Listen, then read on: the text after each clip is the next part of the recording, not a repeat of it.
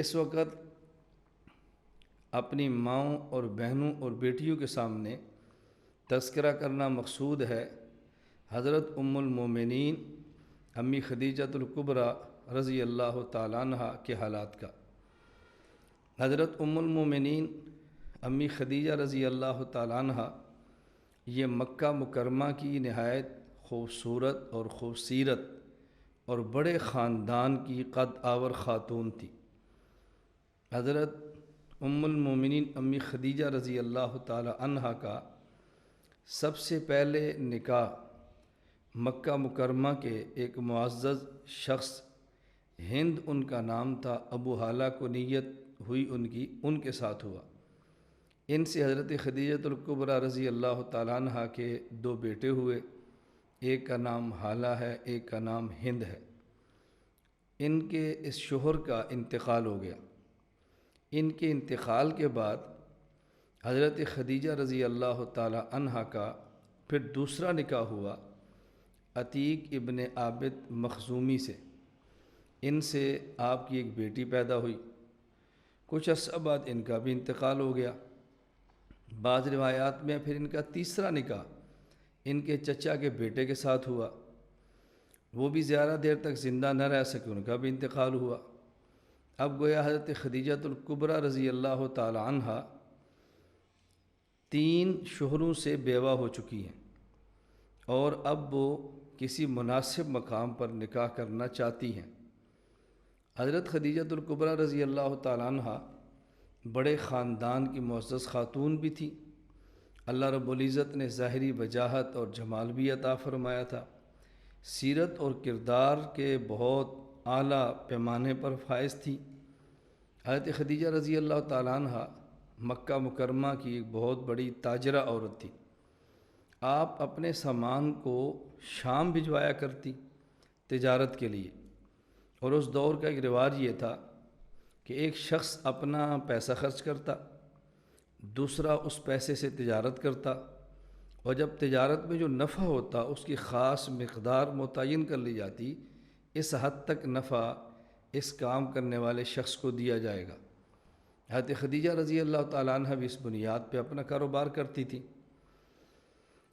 حضرت رسول اکرم صلی اللہ علیہ وسلم کے چچا حضرت ابو طالب نے خود حضرت رسول اللہ صلی اللہ علیہ وسلم سے فرمایا کہ میرے پاس اتنا پیسہ نہیں کہ میں تمہیں دوں، تم تجارت کرو۔ میں آپ کو مشورہ دیتا ہوں کہ آپ خدیجہ کا مال لے کر شام جاؤ، اس سے تجارت کرو اور اس سے منافع کماؤ۔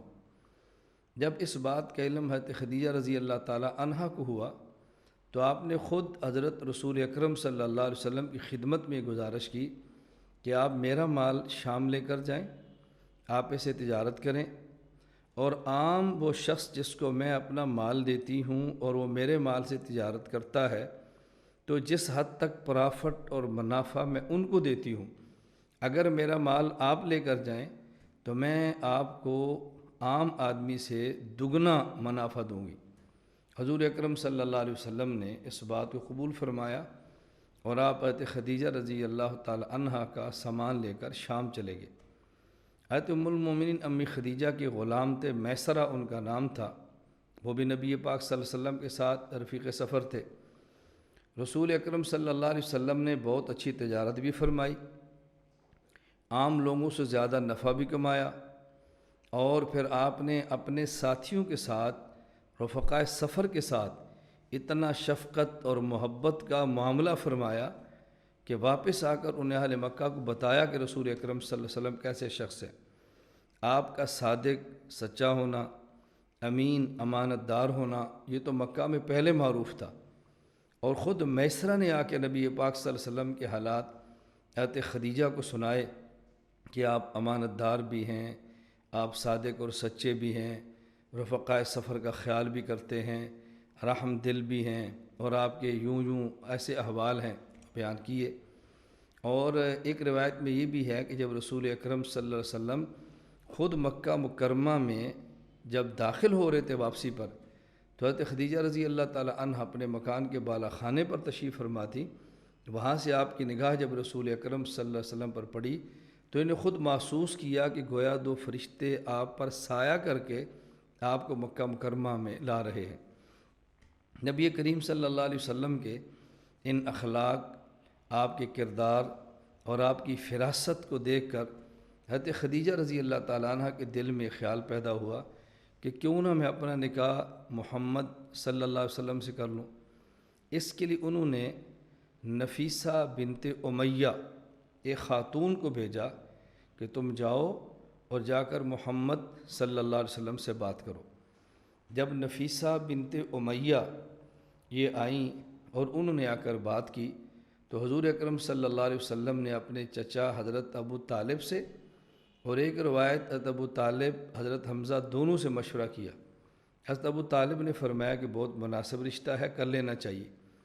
جب نفیسہ نے واپس آ کر بتایا کہ رشتے پر آمادہ ہیں، بلکہ روایت میں ہے کہ نفیسہ نے نبی پاک صلی اللہ علیہ وسلم خدمت میں یہ عرض کیا، اگر کوئی ایسی اور آپ نکاح کیوں نہیں کرتے؟ حضرت نفیسہ نے پوچھا، خدمت میں عرض کیا، کیا محمد صلی اللہ علیہ وسلم آپ نکاح کیوں نہیں فرما لیتے؟ تو آپ نے فرمایا میرے پاس اتنی مالی وسعت نہیں ہے کہ میں نکاح کروں، اتنی گنجائش نہیں ہے کہ میں اخراجات برداشت کروں۔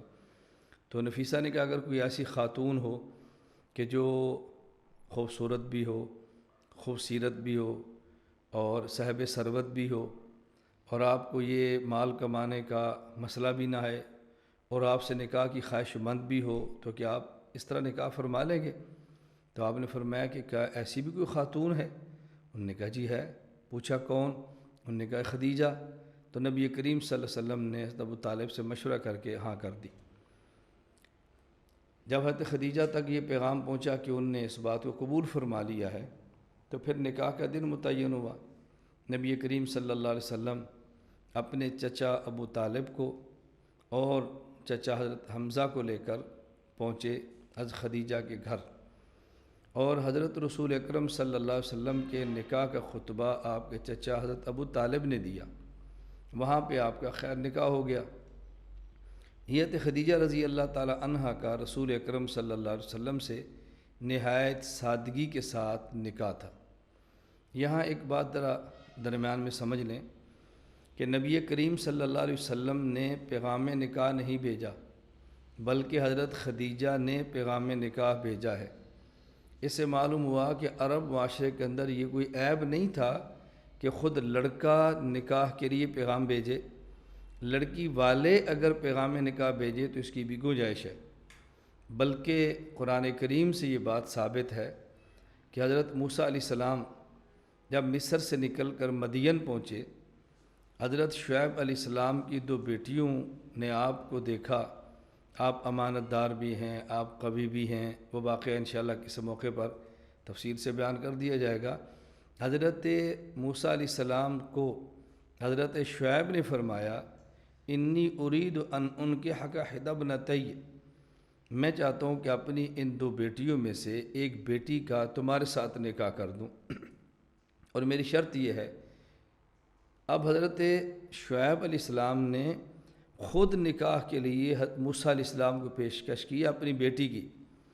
تو میں یہ بات اس لیے سمجھانا چاہ رہا ہوں کہ جس طرح بیٹے والے بیٹی والوں سے ان کی بیٹی مانگیں یہ عیب نہیں ہے، اگر اچھا لڑکا نظر آئے تو خود بیٹی والے اپنی بیٹی دینے کی پیشکش کریں تو یہ بھی کوئی عیب نہیں۔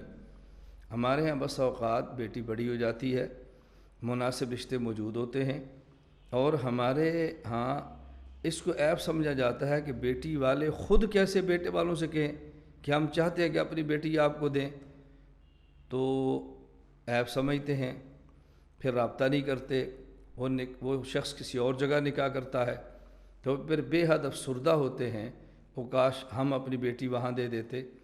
اس لیے اس بات کو میری مائیں اور بہنیں بطور خاص سمجھیں، اگر مناسب رشتہ آپ کی بیٹی کے لیے کہیں سے نظر آئے تو اس کی انتظار نہ کریں کہ وہ لڑکے والے خود رابطہ کریں، آپ بھی چاہیں تو مناسب طریقے سے رابطہ کر کے اپنی بیٹی کا وہاں نکاح کر سکتے ہیں۔